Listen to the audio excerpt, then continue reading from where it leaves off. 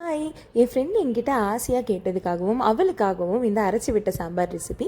So கடாயில் கடலை எண்ணெய் கொஞ்சம் ஊற்றிட்டு கடலைப்பருப்பு, உளுத்தம்பருப்பு, வெந்தயம், சீரகம், அதுக்கப்புறமா 2-3 ஸ்பூன் தனியா, அதுக்கப்புறம் ஒரு 10 காஞ்ச மிளகா போட்டு நல்லா வறுத்துடணும்.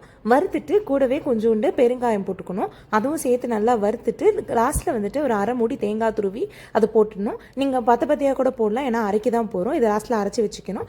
நெக்ஸ்ட்டு ஒரு கடாயில் வந்துட்டு திருப்பி கொஞ்சம் கடலை எண்ணெய் ஊற்றிட்டு அதுக்கப்புறமா வந்துட்டு கடுகு, சீரகம், கடலைப்பருப்பு, உளுத்தம்பருப்பு, கொஞ்சம் வெந்தயம், இதெல்லாம் தான் தாளிப்பு. இது போட்டுட்டு கொஞ்சம் கருவேப்பிலையும் போட்டுட்டு சின்ன வெங்காயம் உரிச்சது வச்சுருக்கேன், அதையும் போட்டுட்டு நல்லா வதங்கிடணும். சின்ன வெங்காயம் நல்லா வதங்கினதுக்கப்புறம் இந்த மாதிரி முருங்காய் வச்சுருக்கேன், கட் பண்ணி அதையும் ஆட் பண்ணிக்கோங்க.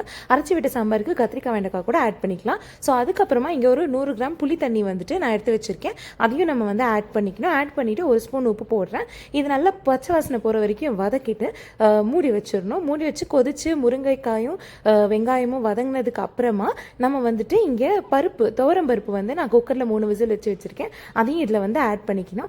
ஆட் பண்ணி லைட்டாக அது வந்து ஓரளவுக்கு கொதி வந்ததுக்கப்புறமா நம்ம அரைச்சோம் இல்லையா, தேங்காய், கடலைப்பருப்பு, உளுத்தம்பருப்பு, தனியாக அந்த பேஸ்ட்டு, காஞ்ச மிளகா போட்டு அதை வந்து இது கூட மிக்ஸ் பண்ணிடணும். மிக்ஸ் பண்ணிவிட்டு கொஞ்ச நேரம் மூடி வச்சுருங்க, நல்லா கொதி வரட்டும். அது கொதி வந்ததுக்கு அப்புறமா நம்ம வந்துட்டு ஒரு கை கொத்தமல்லி, அதுக்கப்புறமா ஒரு கை கருவேப்பிலை, இது ரெண்டுத்தையும் மேலே ஆட் பண்ணிவிட்டு திருப்பி மூடி வச்சுருங்க.